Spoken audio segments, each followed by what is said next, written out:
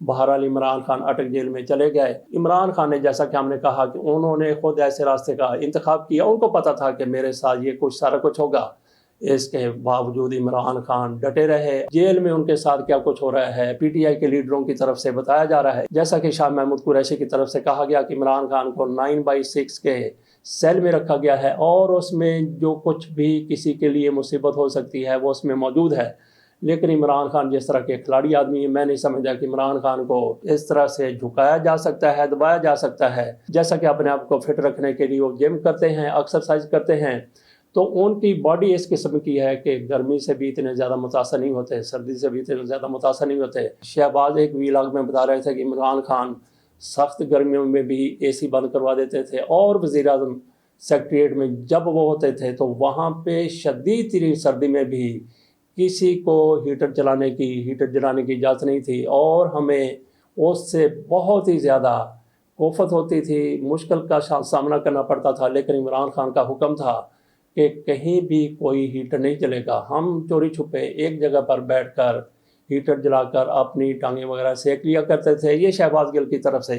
یہ بتانے کا مقصد یہی ہے کہ عمران خان جس طرح کے ٹف باڈی رکھنے والے آدمی ہیں،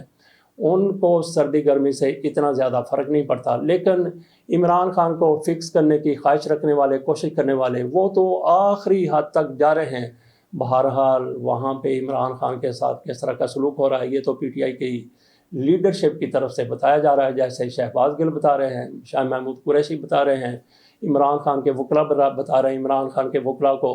ان کے ساتھ ملنے کی کل تک تو اجازت نہیں دی گئی تھی، اور یہ بھی کہا جا رہا ہے کہ عمران خان کو اٹک جیل میں اس لیے پہنچایا گیا ہے کہ وہاں پہ ملاقاتیں آسان ہو جاتی ہیں۔ تو ناظرین، ملاقاتیں کہیں بھی بندہ ہو اس کو کہیں پہ لے جانا، وہاں پہ ملنے کے لیے چلے جانا، وہ کوئی بھی مشکل بات نہیں ہے۔ مجھے یاد آ گیا غلام عباس فیضی صاحب، یہ تحریک لبیک سے ان کا تعلق ہے، جب دوسری دفعہ تحریک لبیک کے سربراہ مولانا خادم حسین رضوی کو گرفتار کیا گیا تو مذاکرات کے لیے دعوت دی گئی، ساری لیڈرشپ تحریک لبیک کی وہ گرفتار سے غلام عباس فیضی کو وہاں پہ بلایا گیا، اسلام آباد گئے، جس بندے کے سامنے ان کو پیش کیا گیا، بتایا گیا تھا کہ جنرل فیض حمید ان کے ساتھ ملاقات کریں گے، تو یہ وہاں پہ گئے ہیں۔ وہاں پہ یہ شخص کے سامنے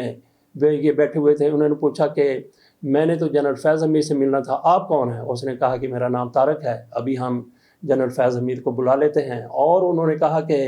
میرے ساتھ فلاں لوگ ہوں گے تو میں مذاکرات کر سکوں گا، میں اکیلے کیسے مذاکرات کروں گا؟ تو اس بندے نے، جس نے اپنا نام طارق بتایا تھا، اس نے اسی وقت وہاں سے ٹیلی فون کیا اور کہا کہ فلاں بندے کو جلدی سے یہاں پہ لے آیا جائے۔ تو وہ کہتے ہیں کہ 5-7 منٹ میں وہ بندہ، وہ مولانا صاحب جو اڈیالہ جیل میں تھے، ان کو وہاں پہ لایا گیا، اور بعد میں پتہ چلا کہ وہ بندہ جو کہہ رہا تھا کہ میرا نام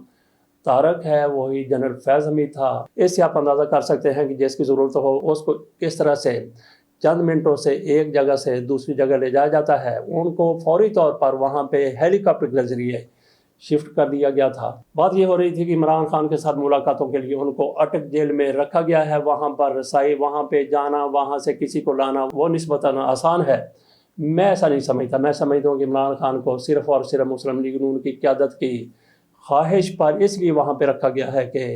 میاں نواز شریف بھی وہاں پہ رہے تھے، میاں نواز شریف کو وہاں پہ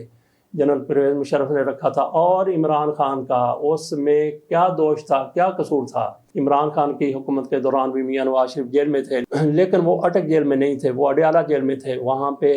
B کلاس ہے، A کلاس ہے، اور میاں نواز شریف کے سیل میں کوٹ لکھپت میں بھی اے سی لگا ہوا تھا۔ جس سیل میں عمران خان کو رکھا گیا ہے، ایک تو بتایا گیا کہ بہت چھوٹا ہے، دوسرا یہ بتایا گیا ہے کہ وہاں پہ پنکھا بھی نہیں ہے۔ بہرحال عمران خان کو اگر ایسی سہولتیں دینی ہوتی تو ان کو گرفتاری کیوں کیا جاتا؟ عمران خان کو سبق سکھانے کے لیے گرفتار کیا گیا ہے، تو حالات کا وہ کس حد تک مقابلہ کر سکتے ہیں۔ لیکن دوسری طرف اس حکومت کی طرف سے یہ بھی بتایا جا رہا ہے کہ عمران خان کو VIP ٹریٹ کیا جا رہا ہے، جیسے ان کو 5 اسٹار ہوٹل والی سہولتیں دی گئی ہیں۔ ذرا اس پر نظر دوڑائیے، آپ کو پتہ چلے گا کہ عمران خان کو کس طرح کا تاثر دیا جا رہا ہے، کہ ان کو وہاں پہ کیا کیا سہولت۔ آپ سنیں گے تو آپ بھی کہیں گے کہ ایسی زندگی سے تو بہتر ہے کہ بندہ اسی جیل میں چلا جائے۔ یہاں پہ عمران خان کو رکھا گیا ہے اور ایسی سہولتیں دی گئی ہیں۔ ذرا ملاحظہ کیجئے کہ عمران خان کو وہاں پہ کیا کچھ مل رہا ہے۔ آج عمران خان کی دوسری رات گزر گئی، تھوڑی دیر میں عمران خان کے وکلاء سپریم کورٹ میں چلے جائیں گے، دیگر عدالتوں میں چلے جائیں گے۔ بابر اعوان کی طرف سے کہا گیا کہ عمران خان کی جلد رہائی ہو جائے گی، اور اعتزاز احسن صاحب کی طرف سے یہ بھی کہا گیا تھا کہ عمران خان کی اگر پیر کے روز ضمانت نہیں ہوتی تو پھر عمران خان منگل کو رہا ہو جائیں گے۔ تو باقی ملاقاتوں کی بات ہو رہی تھی، عمران خان نے خود کہا تھا کہ میں آرمی چیف کے ساتھ ملنا چاہتا ہوں، تو آج وہ اٹک جیل میں ہیں، وہاں پہ کیا وہ آرمی چیف کے ساتھ آپ بھی ملاقات کرنے کی خواہش رکھتے ہیں، اور ان کی کیا ان کے ساتھ ملاقات ہو جائے گی؟ تو ناظرین، اگر کسی کی عمران خان کے ساتھ ملاقات ہو سکتی ہے، کسی کی بھی ہو سکتی ہے،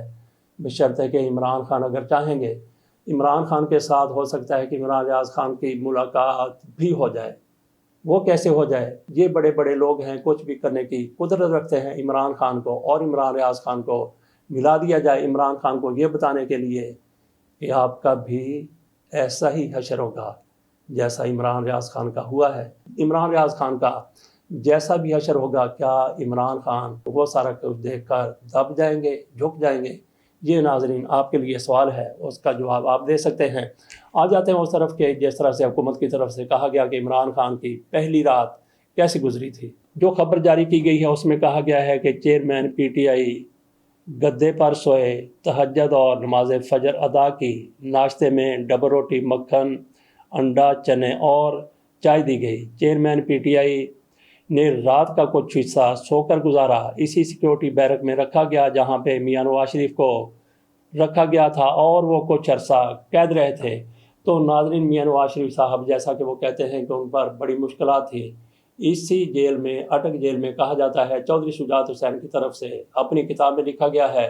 کہ میاں نواز شریف کو گھر سے کھانا آتا تھا، اور یہ تاثر دیا جاتا ہے کہ وہاں پہ سانپ آتے تھے، چھپکلیاں آتی تھی، مچھر ہوتا تھا، گرمی ہوتی تھی، بہرحال جو بھی ہوتا تھا،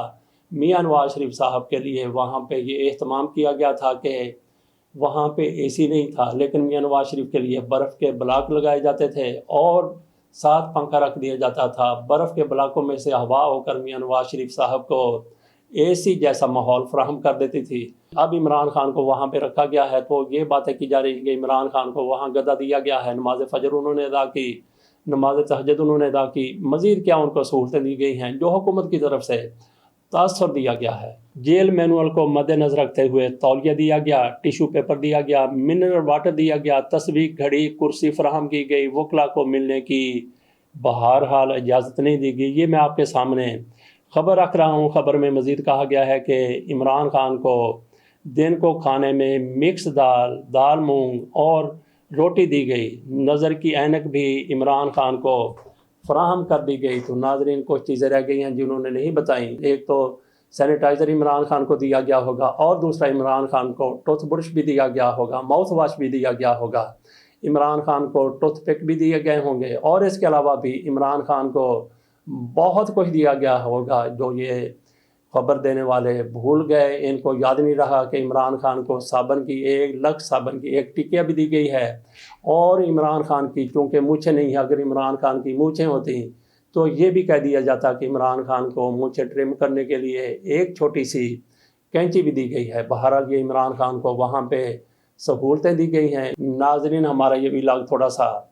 طویل ہو رہا ہے، اسی ویلاگ میں ہم نے بات کرنی تھی نگران وزیر اعظم کے حوالے سے۔ ابھی کچھ نام سامنے آئے ہیں، ایک تو خلیل الرحمان رمدے صاحب کا نام سامنے آیا ہے، حفیظ شیخ کا نام سامنے آیا ہے، اور فواد حسن فواد کا نام سامنے آیا ہے۔ اس کے علاوہ بھی کئی نام گردش کر رہے ہیں، جیسے شبر زیدی صاحب ہیں، لیکن ان میں سے اگر کوئی بہترین انتخاب ہو سکتا ہے تو پھر وہ خلیل الرحمان رمدے صاحب ہو سکتے ہیں۔ ہم نے کہا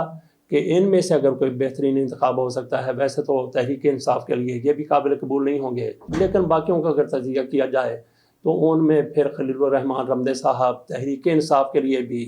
بہترین ثابت ہو سکتے ہیں۔ خلیل الرحمان رمدے دوسروں سے اس لیے بہتر ہیں کہ وہ جج بھی رہے ہیں، سپریم کورٹ کے جج رہے ہیں، ان کے فیصلے آپ کے سامنے ہیں۔ باقیوں کی نسبت ہم نے بات کی کہ دیگر جو لوگ ہیں جن کا نام لیے جا رہے ہیں، تحریک انصاف کے لیے بھی خلیل الرحمان رمدے صاحب بہتر ثابت ہو سکتے ہیں۔ ہم نے موازنہ کیا ہے دوسروں کے ساتھ، دوسروں کی نسبت، جیسا کہ حفیظ شیخ ہیں، شبر زیدی ہیں، جیسا کہ نام لیا جا رہا تھا، نجم سیٹھی کا اور دیگر لوگوں کا، ان کی نسبت خلیل الرحمان رمدے کہیں بہتر ثابت ہو سکتے ہیں تحریک انصاف کے لیے بھی اور دیگر حلقوں کے لیے بھی۔ اس کے ساتھ اجازت دیجیے، اللہ حافظ۔